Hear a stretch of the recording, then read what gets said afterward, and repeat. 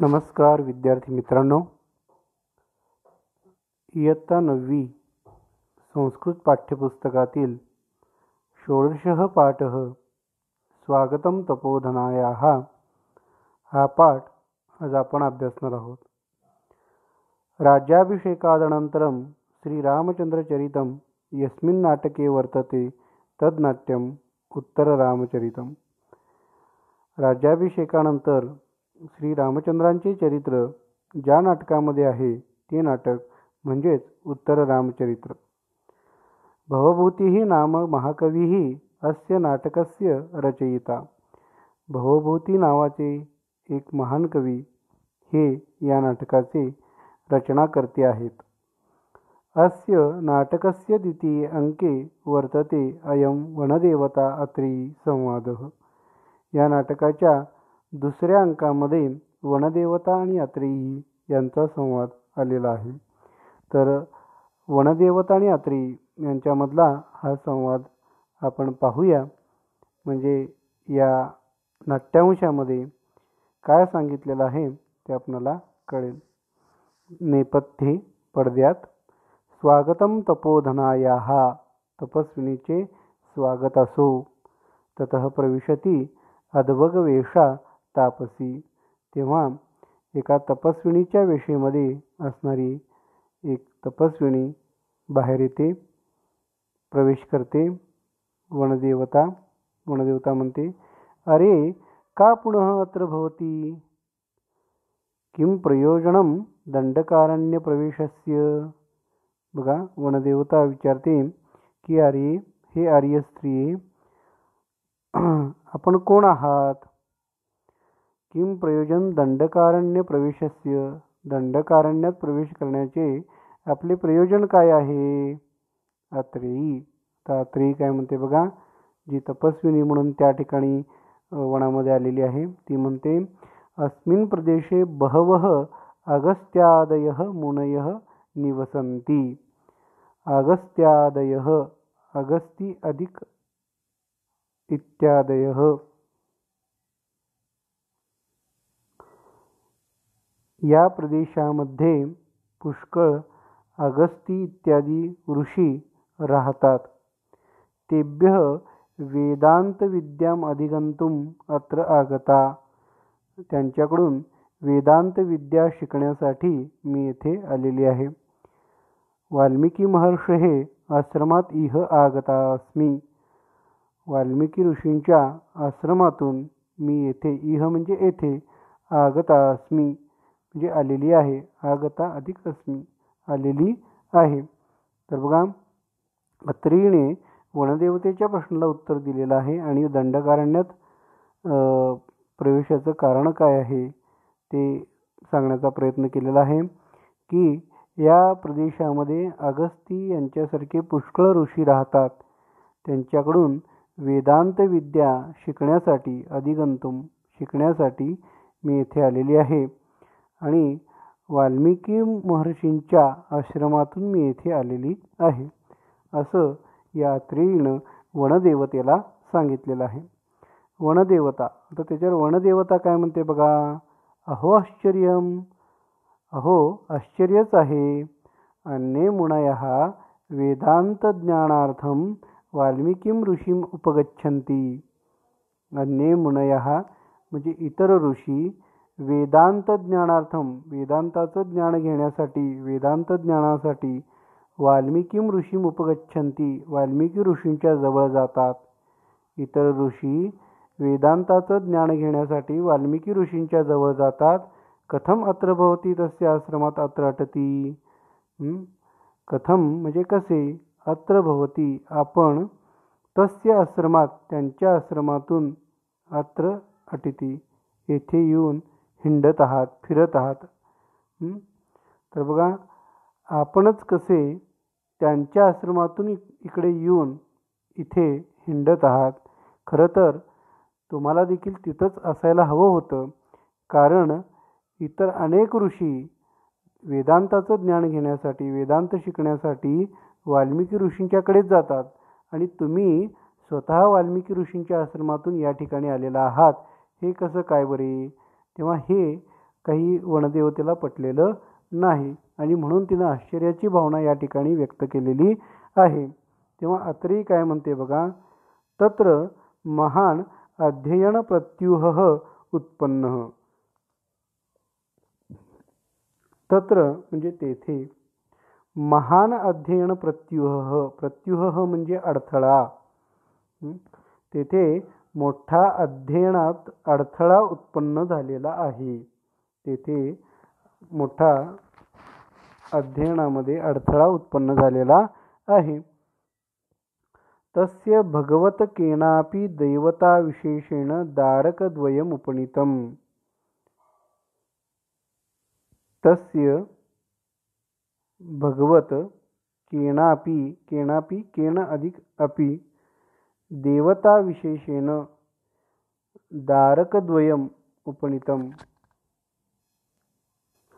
म्हणजे कोणत्या तरी विशेष देवतेने तेथे कोणते तरी 2 मुलगे आणलेले आहेत. बघा, तस्य भगवत केनापि देवता विशेषेण द्वारकद्वयम् उपनीतम्. केनापि देवता विशेषण म्हणजे कोणत्या तरी देवतेने, विशेष देवतेने द्वारकद्वयम् म्हणजे 2 मुलगे उपनीतम आणलेले आहेत. तेथे कोणत्या तरी विशेष अशा देवतेने 2 मुले आणलेली आहेत. कुशलवौ इति तयोः नामनी. कुशलवौ, कुशः च लवः च इतरेतर द्वंद्व समासः. कुश आणि लव अशी त्यांची नावे आहेत. 11 वर्षांनी यावत भगवता वाल्मिकीना धात्री इव पोषितौ रक्षितौ. बघा की 11 वर्षिणा यावत म्हणजे 11 वर्षे पूर्ण होईतोपर्यंत, त्या मुलांना 11 वर्षे पूर्ण होईतोपर्यंत भगवता वाल्मिकीना, भगवान वाल्मिकींनी धात्री इव एखाद्या दाईप्रमाणे, पोषितौ रक्षितौ च, पोषितौ म्हणजे पोषण केले, पालन केले, आणि रक्षितौ म्हणजे रक्षण केले. 11 वर्षापर्यंत भगवान वाल्मिकींनी त्या 2 मुलांची दाईप्रमाणे पालन केले आणि रक्षण केले. उपनयनम कृत्वा त्रयीविद्यामपि अध्यापितौ. त्यांची मुंज करून त्यांना 3ही विद्या सुद्धा शिकविल्या.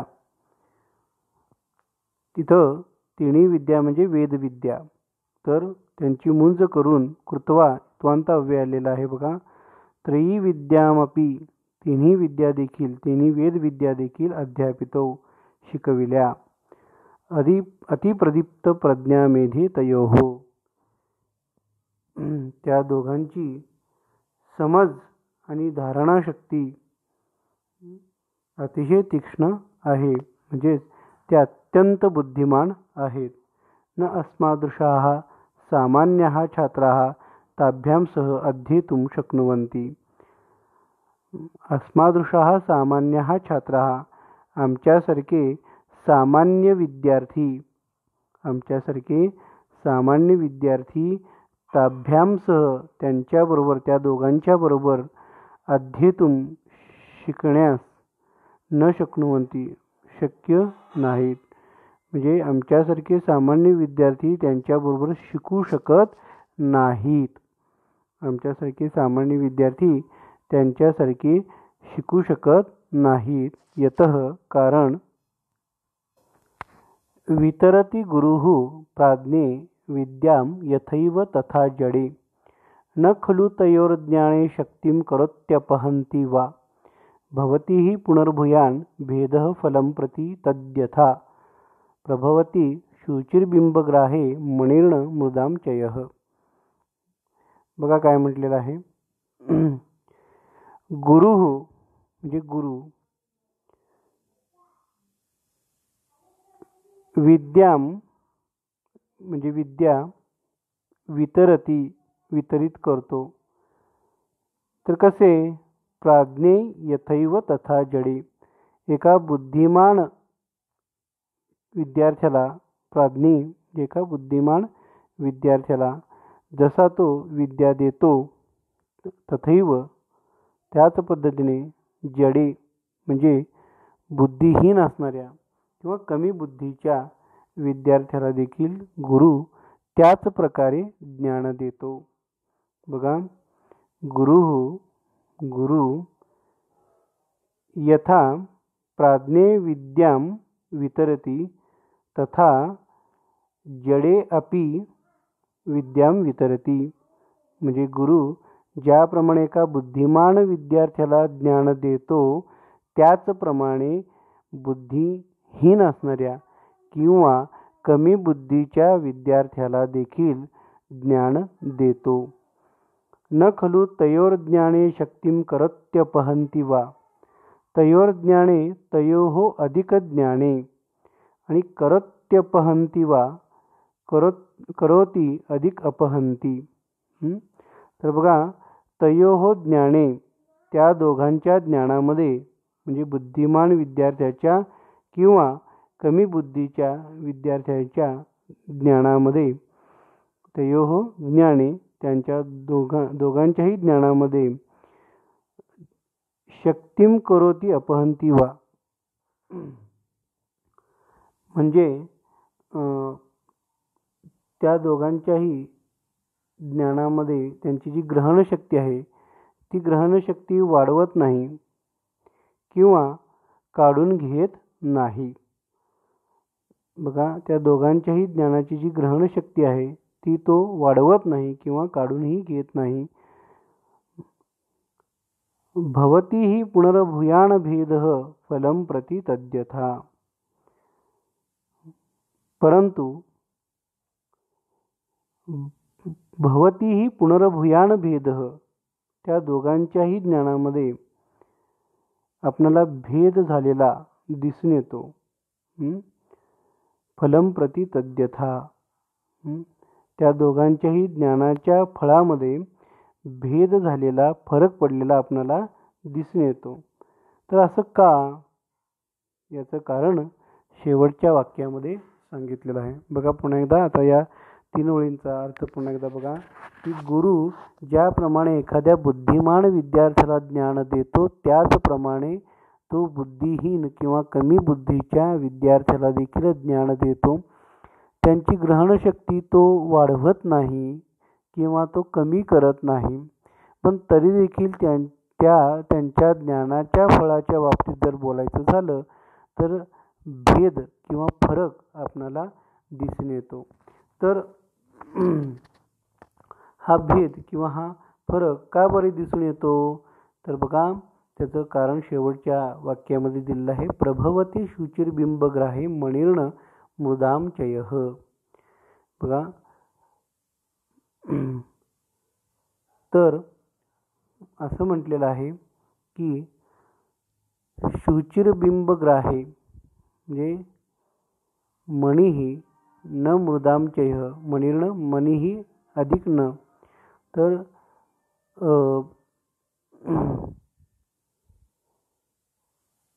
प्रतिबिंब ग्रहण करण्याच्या बाबतीत शुचिर्बिंबग्राहे म्हणजे प्रतिबिंब ग्रहण करण्याच्या बाबतीत मणिही प्रभवती म्हणजे मणी आपली तेजस्विता प्रकट करतो. मणी आपली तेजस्विता प्रकट करतो. न मृदाम चयः, तसे मातीचे ढेकूळ नाही. मृदाम चयः म्हणजे ढेकूळ, तर मातीचे ढेकूळ नाही. ज्याप्रमाणे प्रतिबिंब ग्रहण करण्याच्या बाबतीत तेजस्वी हिरा किंवा मणी हा समर्थ असतो, त्याप्रमाणे मातीचा ढीग नाही. हे ऐकल्यानंतर वनदेवता म्हणते, अयम अध्ययन प्रत्युह. अयम अध्ययन प्रत्युह या शब्दाचा विग्रह बघा, अयम अधिक अध्ययन प्रत्युह. अयम म्हणजे हा आणि अध्ययन प्रत्युह म्हणजे अध्ययनातील अडथळा. हा अध्ययनातील अडथळा आहे का? तेव्हा तरी म्हणतात अन्यश्च, अन्य अधिकच आणि दुसराही आहे. काय वनदेवता काय म्हणते? आता अपरह कह, आता दुसरा कोणता अडथळा आहे? तेव्हा तरी म्हणते अथैकदा सहमहर्षी माध्यन्दिन सवनाय तमसा नदीतीरम अगच्छत.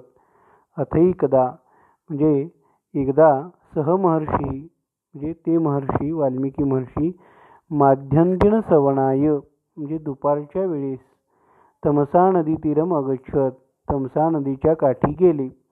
तत्र वृक्षे एकम क्रौंच युग्मम आसीत. तेथे झाडावर एक क्रौंच पक्षाचे जोडपे होते. क्रौंच युग्मम, युग्म म्हणजे जोडी, तर क्रौंच पक्षाचे जोडपे होते. सहसा व्याधेन तयोः एकः बाणेन विद्धः. अचानक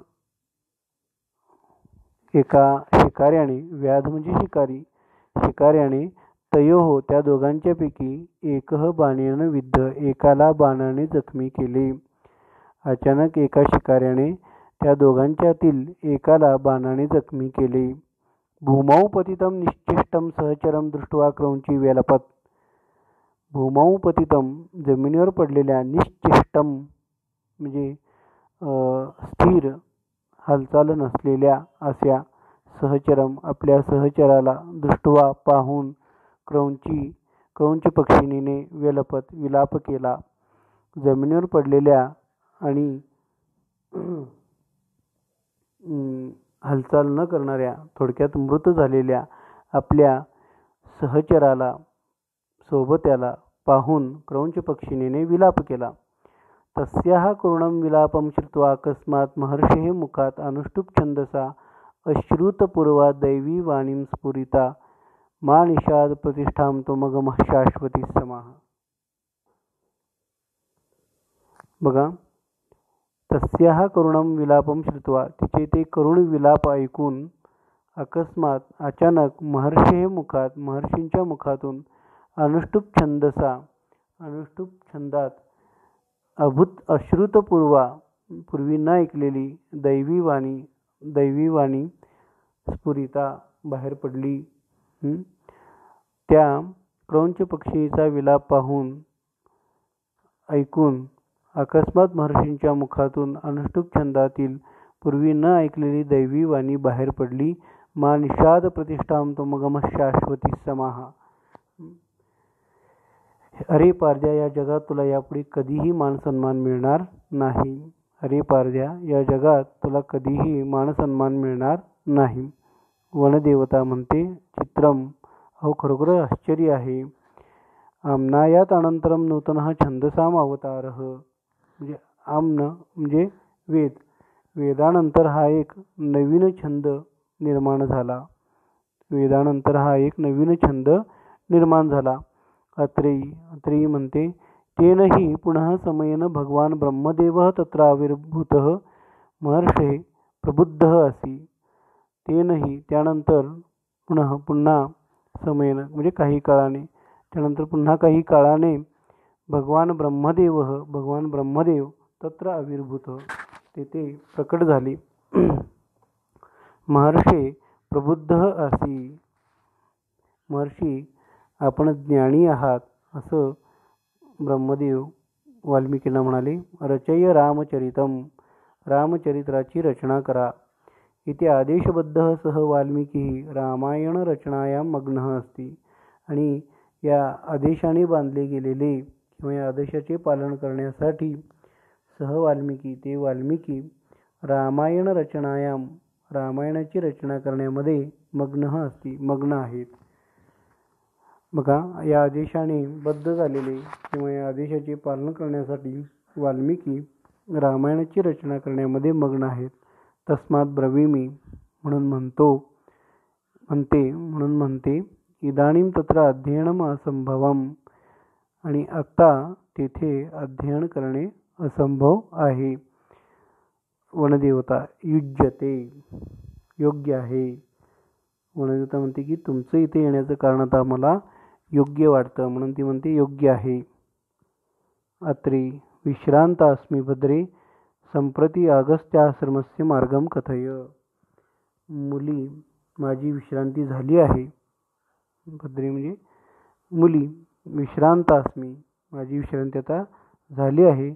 अगस्त्याश्रमस्य मार्गम कथय, अगस्त्य ऋषींच्या आश्रमाचा रस्ता सांग. अगस्त्य ऋषींच्या आश्रमाचा रस्ता सांग. ठीक आहे.